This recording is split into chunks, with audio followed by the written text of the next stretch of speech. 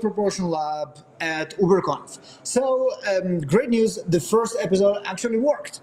I checked and you could hear us and see us, and we were fighting with Ken over some stupid shit. This is what we do. It was great. Now, when it's already verified that we're all good, we can go into interviewing serious people, not like what happened before. So, Scott is here with me. Yes. And thank you for being here. Thank you for being UberConf speaker. And so the ticker says, keep calm and refactor. What? Well, I'm one of those odd birds who likes working on old, crufty code that most people run away from, and so I started a project called Keep Calm and Refactor that helps people learn how fun it is, really, to work on old, crufty code. There was, I don't know, some years ago, I was wanting to get out of programming because I thought, I'm not making the world a better place. I worked on this project. I built it from scratch. And after a couple of years, it was crap that I didn't want to touch. I said, this is crazy. And then I came to one of these conferences and I found out, oh, there are tools that you can use to make it easier. There are processes you can follow. There's a whole pile of education that people have figured this problem out over years. How to refactor, what's a code smell, what's it look like, what's a design pattern, how do you refactor two patterns? And I thought, this is really cool. I started doing that. It's like, okay, I don't have to get out of programming computers. I can learn how to do this, and it's a lot of fun. And so I bring that to my coworkers and to other people, and they still think I'm kind of crazy for wanting to work on this stuff, but folks, you heard it here first. There are people who enjoy working on legacy projects that we all hate and run away from. Amazing. Absolutely. Amazing. Yes. So, but you know what? We tried to establish a thing, and then by the second episode, I forgot. So getting back to our original programming, yes. How slow is your build?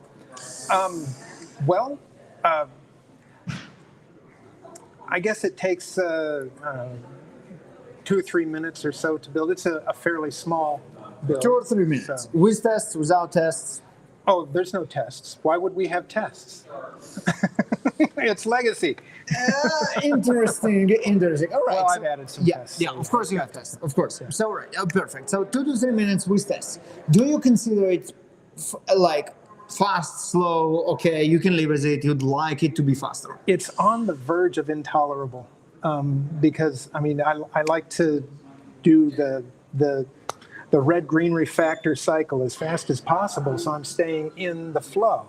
And when you have enough time to walk down the hall and pick up a cup of coffee before it's done building, it breaks the flow entirely. Yeah, absolutely. I'm out of flow. So, what do you do? Okay, so first of all, did you ever? And since you are into fixing broken things, this is what you are about. Yes. How do you refactor your build? How do you help yourself, your colleagues, your project, your company, when your build is the one that smells? Well, what I did is I charged one of our developers with, let's go rework the build and do it in Gradle, and so we did that. All right. And it got better. Well. I guess it's just slow in a different way that now we don't understand as well. So. All right, no, so this is perfect, exactly. Now this is great. Mm-hmm. Now what you're saying is, okay, we tried one tool of increasing productivity, yes, with the builds, and that's switching to another build tool. Right. Maybe it is faster. It was a hypothesis. Mm-hmm. Maybe it's not. Maybe it didn't make it faster. Right. Now, what's next? What are you gonna? So you said, like, okay, we tried it. It's marginally better. Maybe still there is something we don't understand. What's next? Well, I'm an old guy, so I reverted back to ant, and now it builds in a few minutes. But But is it better? It's just harder to maintain that way. Right. So, I mean, that's why we want to use Gradle, because it's So here we go. So you tried another keeps everything hypothesis, in and you sync. said, okay, maybe it's all this declarative bullshit. We actually need to do like very straightforward, so we'll understand what's going on. But it's still not like it's not faster. right. Yeah, and actually, my hope was to talk to somebody with some Gradle experience and maybe give me some insights on where we can look. So I'll tell you that there is an talk to entire those booth guys. over there that can help you. And I'll tell you what they will tell you. They will tell you it's not about the build tool. Okay. It's not about the build tool, because in the end of the day, there are aspects of your build which need to be solved in other ways. Right. They need to be solved with caching. They need to be solved with avoidance. They need to be solved with smart test selection.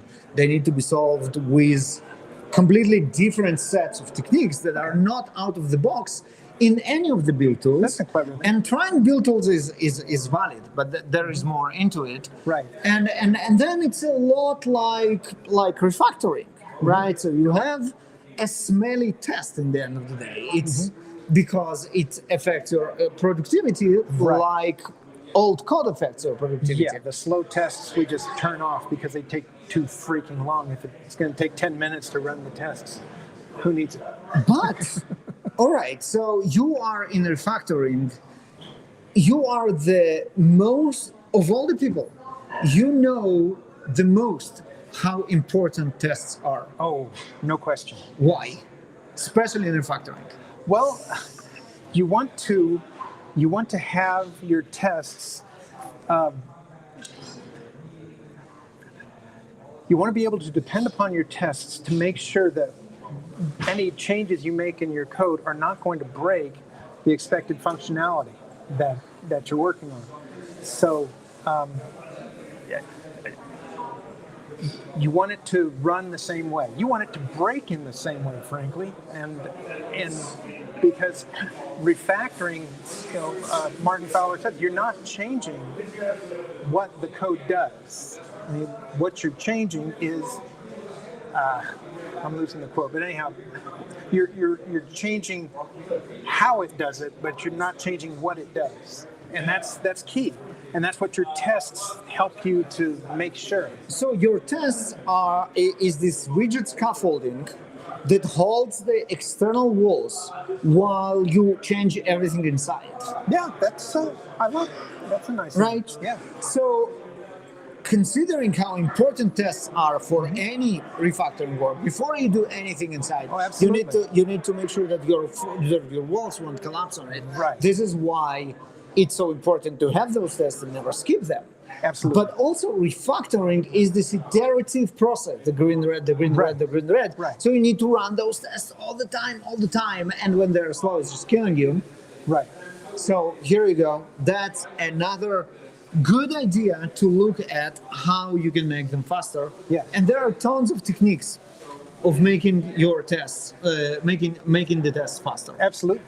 I'm well aware of how to make my tests nice and fast. You can stub things out and use mocks and all that sort of thing instead of actually talking to a database.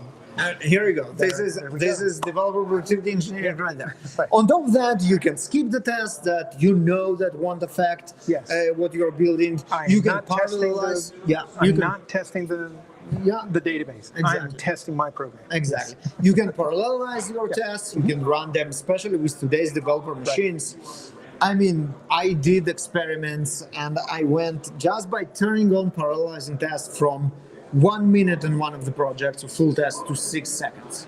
Wow. Same test, Nice. just running on whatever 1632 cores, whatever I have in my machine. Cool. It's mind-boggling. Yes. But you know what? That's not enough. You can parallelize them on in the cloud. You can Right. spin up workers that will do just that.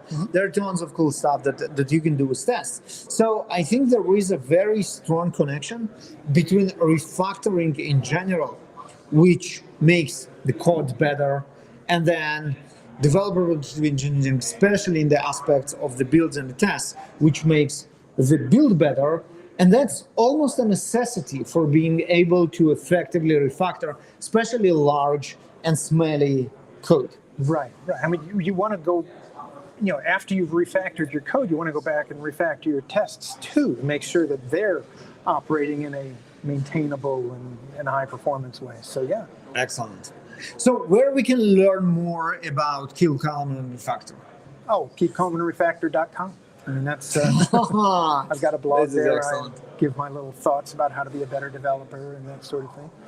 And yeah. Perfect. So folks, check it out, keepcalmandrefactor.com. Don't be afraid of smelly code. We know what to do with it. It actually can be fun. And as long as you have this scaffolding that you can change things without being afraid that you're ruining everything, Right. refactoring is fun, productive way to improve your code. You know it. That's the truth. Scott, thank you very much. Thank you. It was a pleasure. Likewise. And